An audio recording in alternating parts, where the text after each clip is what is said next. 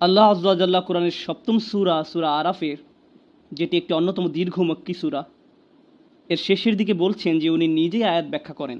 আমরা জানি যে আল্লাহ অধিকাংশ সময় বলেছেন উনি আমাদের কাছে আয়াত নাজিল করেছেন, কিন্তু কখনো কখনো এও বলেছেন যে অকাযালিকা নুফাসসিলুল আয়া, এভাবেই আমরা আমাদের আয়াতগুলোকে ব্যাখ্যা করি।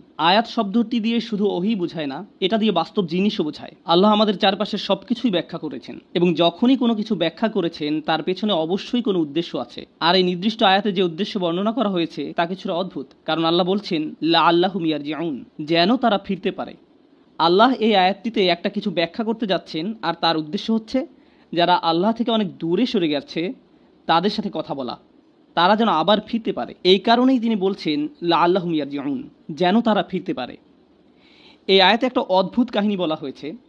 অনেক সময় এমন হয় যে কোরআনে আল্লাহ কোনো কাহিনী হয়তো বলেছেন, কিন্তু সেই কাহিনীর চরিত্রগুলোর নাম, তাদের বিস্তারিত পরিচয় জানান না, জায়গার বা সময়ের ব্যাপারেও বলেন না, বা এর পেছনের ইতিহাসের কোনো নির্দিষ্ট বর্ণনা নেই, যার মাধ্যমে আমরা পুরো ঘটনাটা জানব, যা সাধারণত যে কোনো ইতিহাসের বই থেকে ভিন্ন।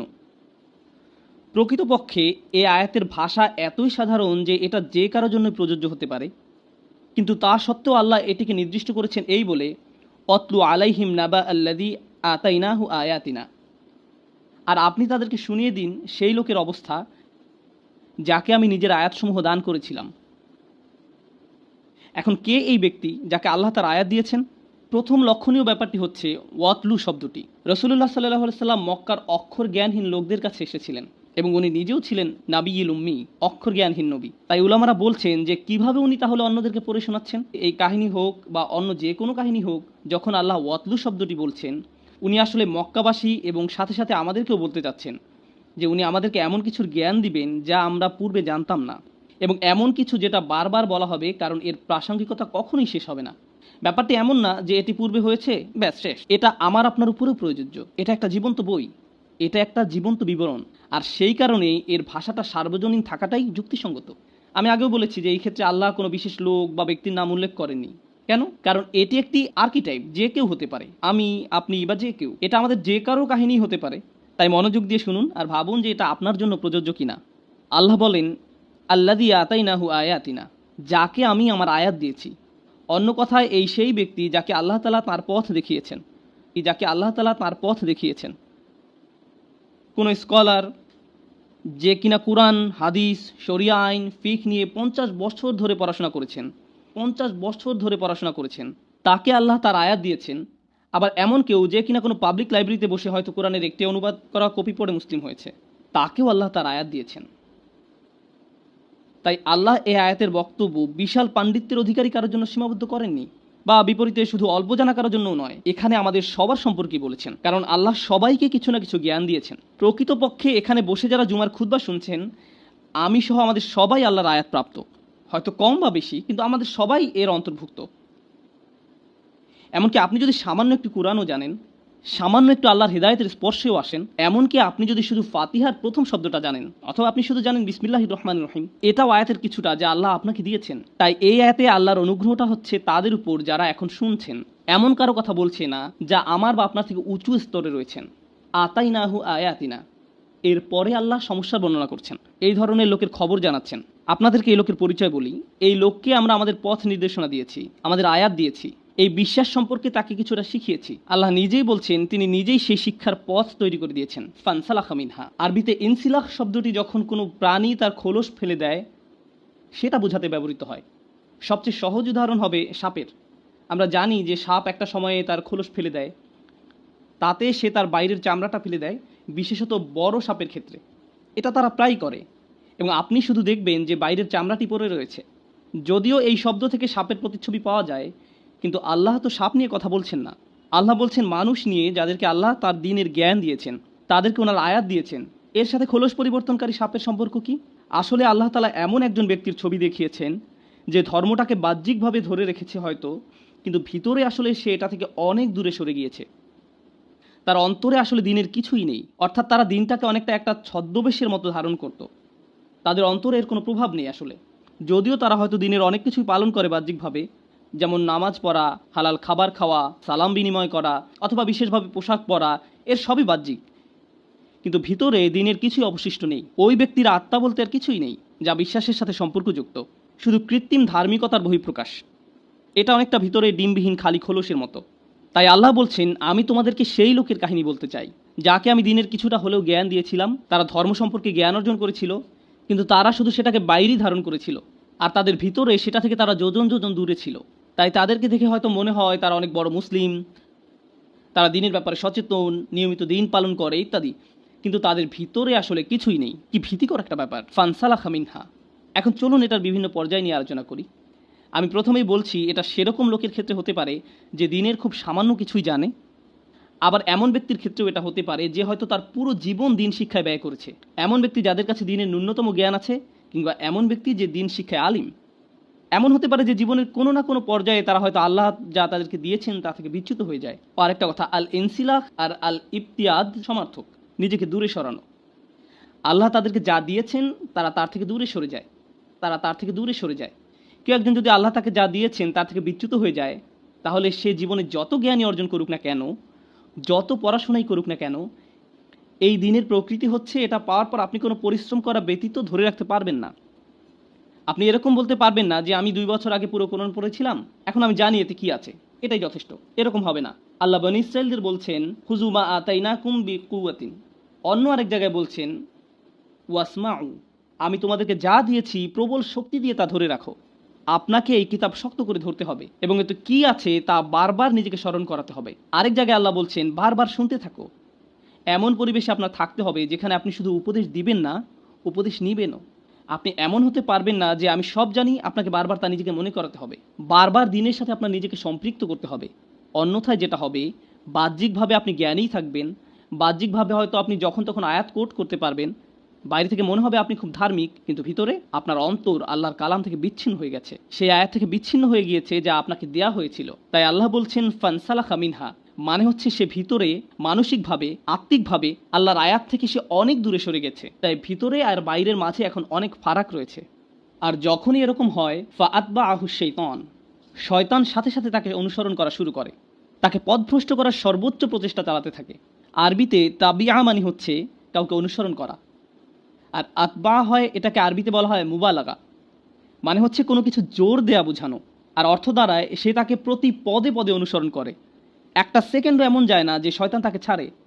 এখানে শয়তান সম্পর্কে একটা জিনিস জানতে পারছি, যে এমন ব্যক্তি যে আল্লাহর দিকে এগিয়ে এসেছিল, যাকে আল্লাহ আয়াত দিয়েছিলেন, যখন সে আল্লাহ থেকে দূরে সরতে থাকে, শয়তান সুযোগ দেখতে পায় এবং সে তার পেছনে উঠে পড়ে লাগে। সেই লোকই হয়ে পড়ে তার প্রধান প্রজেক্ট, সে সব কিছু ছেড়ে আপনার পেছনে লাগে। এটাই ফাতবাহু শাইতান। তাই শয়তান তাকে প্রতিনিয়ত এ ব্যাপারে উৎসাহ দিতে থাকবে। আর যেটা হবে, শয়তান তাকে যখন ওয়াসওয়াসা করতে থাকবে, সেটা আল্লাহর আয়াতের ঠিক বিপরীত। আল্লাহ এই ব্যক্তিকে ন্যায় অন্যায়ের পার্থক্য করতে শিখিয়েছিলেন, তাকে বিনয়ী, ভদ্র, দয়ালু এবং ন্যায় অন্যায়ের পার্থক্য করতে শিখিয়েছিলেন। কিন্তু শয়তান তাকে অনুপ্রেরণা দেওয়া শুরু করে, তখন সে চায় ওই ব্যক্তি তাকে অনুসরণ করুক, এবং সে ওই ব্যক্তি এবং আল্লাহর আয়াতের মাঝে দূরত্ব তৈরি করে দেয়। আল্লাহর অবাধ্যতা করাকে তার কাছে সৌন্দর্যমণ্ডিত করে তুলবে। শয়তান তাদের কাজ তাদের নিকট সুন্দর করে তুলবে। আর যখনই সে এটা শুরু করে, তখন কি হয়? আল্লাহ বলছেন, ফাকানা মিনাল গাওয়িন, ফাকানা মিনাল গাওয়িন, ফলে সে পথভ্রষ্টদের অন্তর্ভুক্ত হয়ে পড়েছে। আরবিতে গাওয়া দিয়ে বোঝায় যখন কেউ সোজা পথে চলছিল, কিন্তু এক সময় সে হয়তো এমন একটা মোড় নিল যাতে সে একদমই পথ ভুলে চলে গেল। ব্যাপারটা অনেকটা হাইওয়েতে ভুল এক্সিট নেবার মতো, যাতে করে আপনি আর হাইওয়েতে ফিরতে পারবেন না। এটাই গয়ন। আল্লাহ এখানে খুবই ভীতিকর একটা পরিস্থিতির বর্ণনা দিয়েছেন। এই আলোচনায় শয়তানের টার্গেট এ ধরনের লোক নয় যারা আল্লাহকে ভুলে গেছে বা অবিশ্বাস করে। এখানে তাদের সম্পর্কে বলা হচ্ছে না, এখানে ভালো লোকদের সম্পর্কে বলা হচ্ছে, যাদেরকে আল্লাহর আয়াত দেওয়া হয়েছিল। কোনো কারণে তারা ভুল পথে চলা শুরু করেছে, ইসলাম থেকে নিজেদের দূরে সরিয়ে রাখছে, আর এই সুযোগে শয়তান তাদের চেপে ধরে। আর একবার যখন শয়তান এমন লোকদের পিছনে লাগে, সে তাকে দিয়ে এমন কাজ করাবে যা অধার্মিক লোকরা পর্যন্ত করার সাহস পায় না। এই ব্যক্তি যে কিনা বিশ্বাসীদের অন্তর্ভুক্ত ছিল, তার এমন অধপতন তার হতে পারে, সে এমন কাজ করতে পারে যা অমুসলিমরা পর্যন্ত করে না। সে এমন নিচে নামতে পারে, মানে হচ্ছে আসফালা সাফিলিন, নিচু থেকেও নিচু। আর এই আয়াত যতই অগ্রসর হচ্ছে এই ধরনের লোকদের কাহিনী নিয়ে, যারা কিনা আল্লাহর পথ থেকে দূরে সরে গিয়েছে, তখনই আল্লাহ এর করুণ পরিণতিটা বলছেন, ওয়ালাউ শি'না লা রাফা'নাহু বিহা, যদি আমরা চাইতাম আমরা তাকে অনেক উঁচু আসনে আসীন করতে পারতাম তার জ্ঞানের কারণে। অর্থাৎ যে আয়াত আল্লাহ আপনাকে দিয়েছেন, বিহা শব্দ দিয়ে আয়াত উদ্দেশ্য করা হয়েছে। সুতরাং আল্লাহ আপনাকে যে আয়াত দিয়েছেন তার উদ্দেশ্য ছিল আপনাকে সম্মানের আসনে আসীন করা, উঁচুতে ওঠানোর ধারণাটি কোরআনে চিত্রকল্প রূপে ব্যবহার করা হয়েছে। কোরআনের আরেক জায়গায় সূরা নূরে আল্লাহ দুনিয়ায় 3 ধরনের সৃষ্টির কথা বলেছেন। তাদের মাঝে একটা হচ্ছে মানুষ, যারা সোজা হয়ে দাঁড়াতে পারে। এরপর আসছে ইয়ামশি আলা আরবা, যারা 4 পায়ে চলা প্রাণীরা। ইয়ামশি আলা বাতনিহি, যারা পেটের উপর ভর দিয়ে চলে, যেমন সাপ। এখানে ইতিমধ্যে আপনারা দেখেছেন সাপের একটা চিত্রকল্প উল্লেখ করা হয়েছে। সাপ হচ্ছে সেই প্রাণী যা মাটির সবচেয়ে কাছে থাকে, আর মানুষের ক্ষেত্রে তার মুখ, চোখ, শরীর মাটি থেকে সবচেয়ে দূরে থাকে। আমাদের ক্ষেত্রে একমাত্র পা মাটি স্পর্শ করে। লক্ষ্য করলে দেখবেন যারা 4 পেয়ে প্রাণী তারা কিন্তু সবসময় মাটির দিকে তাকিয়ে হাঁটে। তাদের শরীর এমনভাবে তৈরি যে তারা সবসময় মাটির দিকে চেয়েই হাঁটে। তাই প্রাণীকুলের মাঝে নিচু প্রাণী হচ্ছে সাপ। আর আল্লাহ বলছেন যদি উনি চাইতেন সে লোককে মানুষের মতো মানুষ বানাতে পারতেন যে সোজা হয়ে চলে, লা রাফা'নাহু বিহা, এর দ্বারা তাকে উঁচু করতে পারতেন। যেভাবে মানুষকে সৃষ্টি করা হয়েছে, মানুষ যখন উপরে তাকায় তারা তাকায় আকাশের দিকে, তাদের লক্ষ্য অনেক উঁচুতে। আমরা এমন জিনিসের আশা করি যা আকাশ থেকে আসে, যা অন্য প্রাণীদের মতো নয়, যাদের একমাত্র লক্ষ্য শুধু মাটির দিকে, তারা শুধু সেদিকেই তাকিয়ে চলে। তারা উপরে তাকায় না, সম্মুখেও তাকায় না। আফামাই ইয়ামশি মুকিব্বান আলা ওয়াজহিহি আহদা ওমাই ইয়ামশি সাওয়িয়ান আলা সিরাতিল মুস্তাকিম, যার মুখ মাটিতে আটকে আছে সেই কি সৎপথে চলে, না সেই ব্যক্তি যে সোজা হয়ে চলে। এই আয়াতে এটাই কোরআনের অঙ্কিত ছবি। আল্লাহ বলছেন যদি আমরা চাইতাম আমরা তাকে উঁচুতে উঠাতে পারতাম, অন্য কথায় আমরা তাকে ভালো থেকে উত্তম আরো উৎকৃষ্টে পরিণত করতে পারতাম। আপনি দিন সম্পর্কে খুব অল্প জানেন, কিন্তু ওই সামান্যটুকুর কারণেই আল্লাহ আপনাকে পরের স্তরে উন্নীত করতে পারতেন, সেখান থেকে আরো উপরের স্তরে, সেখান থেকে আরো উপরে। এখানে আপনাকে হয়তো কোনো ইমামের সাথে, আলিমের সাথে বা সেরা কোনো আবিদের সাথে তুলনা করা হয়নি। আপনি নিজেই ক্রমান্বয়ে উন্নতির দিকে এগিয়ে চলতে পারতেন, শুধুমাত্র এই কারণে যে আল্লাহ আপনাকে শুরু করার জন্য অতি সামান্য কিছু হলেও জ্ঞান দিয়েছিলেন। ওয়ালাকিন্নাহু আখলাদা ইলাল আরদ, কিন্তু সেই ব্যক্তি পুরোপুরি তার দৃষ্টি ফিরিয়ে নিল ভূমির দিকে, মানে নিচের দিকে। আখলাদা শব্দটি এসেছে খুলুদ থেকে। মজার ব্যাপার হচ্ছে আসল শব্দটা হচ্ছে এখানে ইখলাদ, যার অর্থ হচ্ছে কোনো কিছুকে স্থায়ী বানিয়ে ফেলা, স্থায়ী হওয়া নয়। মানে হচ্ছে আখলাদা নাফসাহু ইলাল আরদ, আখলাদা হাওয়াহু ইলাল আরদ, আখলাদা হাম্মাহু ইলাল আরদ। সেই ব্যক্তি যাই করতে চাইতো না কেন তার সব কিছু এখন দুনিয়া কেন্দ্রিক হয়ে গেছে। সেই ব্যক্তি যে জান্নাত সম্পর্কে জানে, সে আল্লাহর সাক্ষাৎ সম্পর্কে জানে, সে কিয়ামতের দিন সম্পর্কে জানে, কিন্তু তা সত্ত্বেও নিজেকে দূরে সরানোর কারণে এখন একমাত্র যা নিয়ে চিন্তা করে, ভালোবাসে, যা তার একমাত্র প্রধান লক্ষ্য, তার সব কিছুই এই দুনিয়া কেন্দ্রিক।